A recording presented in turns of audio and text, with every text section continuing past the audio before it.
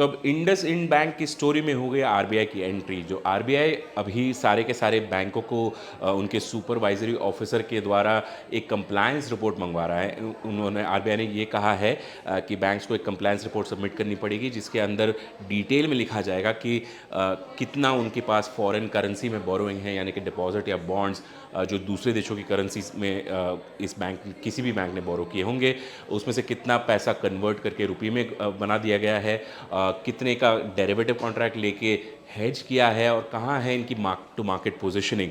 इन सब चीज़ों पे व्याख्यान पूरे डिटेल्स देने के लिए आरबीआई के सुपरवाइजरी ऑफिसर्स ने बैंकों को कहा है।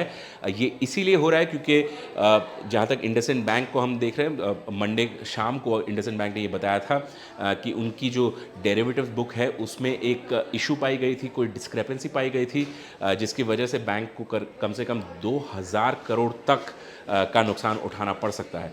और इसी वजह से आरबीआई ये देखना चाहती है कि कहीं कोई और बैंक्स के बैलेंस शीट में भी उनकी ट्रेडिंग बुक्स में भी ऐसा कोई इशू शायद सामने आ रहा है या नहीं।